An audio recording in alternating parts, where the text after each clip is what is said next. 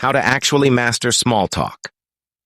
Even if you're an introvert, let's be real. You see people effortlessly chatting at school, at parties, even in elevators, and all you can think is, how do they do that? Meanwhile, you're stuck rehearsing. Simple sentences in your head, only to freeze when it's your turn to speak. Your palms sweat. Your brain goes blank. You start wondering if something's wrong with you. But here's the truth. No one tells you. Being an introvert isn't the problem. Trying to copy extroverts is. Small talk doesn't have to feel fake or exhausting. It doesn't have to drain your energy. You don't even have to say a lot to be memorable. There's a smarter way, a method that works with your personality, not against it, and once you get it, you'll never feel socially awkward in the same way again. Let me show you how. The reality of being the quiet one. You've probably been called shy, quiet, reserved, maybe even awkward. You don't hate people. You just don't like forced conversations, you dread group activities at school, you overthink every text, and when someone says, "Let's go around and introduce ourselves," your stomach drops. You feel like everyone else has some secret guide to being social. And somehow, you miss the memo. But you're not alone. There are millions of students like you who crave meaningful conversation but get stuck in the weird, cringy world of small talk. It's not that you don't want to connect. You do. But when you're an introvert, connection doesn't happen through random chit-chat. You prefer depth over noise. You'd rather talk about ideas than the weather. You need time to process before speaking. And yet, the world rewards fast, charismatic talkers. So you pretend. You try to mimic the bubbly extrovert energy. You rehearse lines in your head. You fake smiles. You try so hard to be on that by the end of the day, you're emotionally exhausted. It's like performing a play with no script, and when it doesn't work, the voice in your head says, "See? You're not interesting. You're too quiet. You're socially broken." But none of that is true. You're not broken. You're not boring. You're not bad at people. You've just been taught the wrong way to start conversations. The truth is, small talk isn't about saying something impressive. It's about making people feel seen. It's about creating a moment, and even a small one, where two people feel safe enough to open up. And guess what? Introverts are built for that. You're observant. You listen deeply. You think before you speak. That's not a flaw. That's a gift. But because the world pushes loud over thoughtful, you've been trying to fight your nature instead of using it.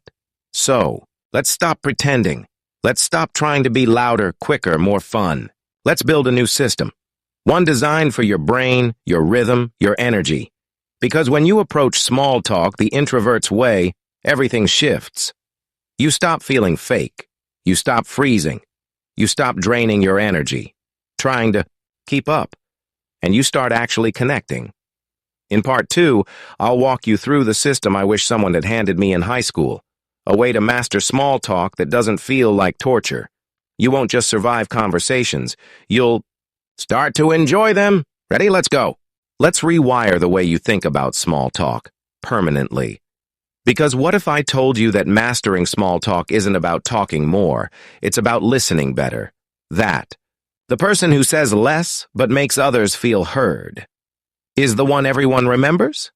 Introverts don't need louder voices. They need smarter strategies. So here's the system. I call it L.I.G.H.T.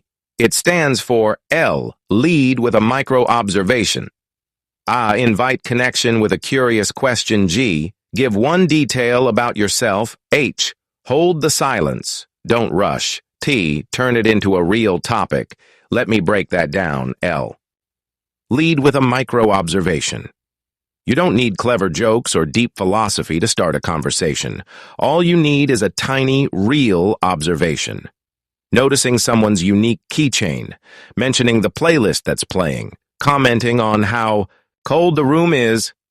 It seems trivial, but that's the point. You're warming up the room. You're not trying to impress. You're inviting a human moment. And when it's real, it works.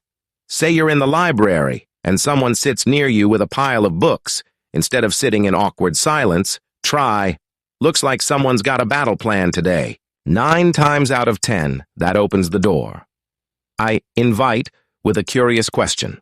Once the ice is broken, the best thing you can do isn't to talk more. It's to ask one simple question that isn't robotic. Not, what's your major? Try. What made you choose that subject? Do you actually enjoy what you're studying? What's your weirdest class this semester? The secret is this. Introverts ask better questions when they stop overthinking and follow. Curiosity. And guess what? When people talk about themselves, they feel comfortable. And when they feel comfortable around you, they want more of that. G. Give one detail about yourself. Most introverts freeze because they don't want to be the center of attention. U. Don't have to overshare. Just drop one tiny piece about you. It builds trust. If someone says they're into architecture, you might say, I almost went into design, but I can't draw straight lines to save my life. Boom. Now you've got connection. You've shown you're human, not just a polite nodding machine. H. Hold the silence. Here's the trick extroverts don't know. Silence is your superpower. When you don't rush to fill every second with chatter, you give the other person space to go deeper. Sometimes they'll reveal things no one else hears, because no one else gave them that silence. You don't need to be fast, you don't need to be funny, you need to be present. And when you're not panicking to say the right thing, you can actually listen.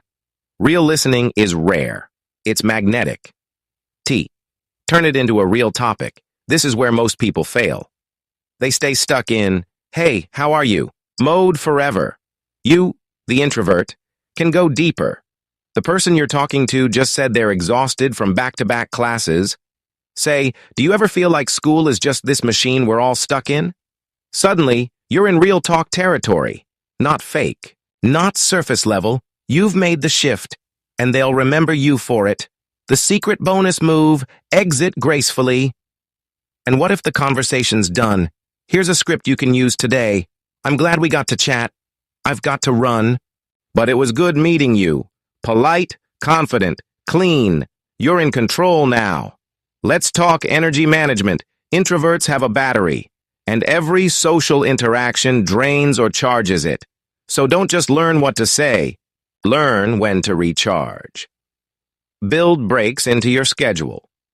Leave a party 15 minutes before burnout. Take deep breaths before walking into class. You don't need to be social all the time. You just need to win the moments that matter. How to practice. Without feeling weird, start small. Say something to the cashier, wave at your classmate, compliment someone's shirt. Even if it's just a whisper, each time you're rewiring your brain. You're training yourself that social interaction doesn't have to be scary. And when you succeed once, your brain remembers, oh, that wasn't so bad, let's do it again. Keep going.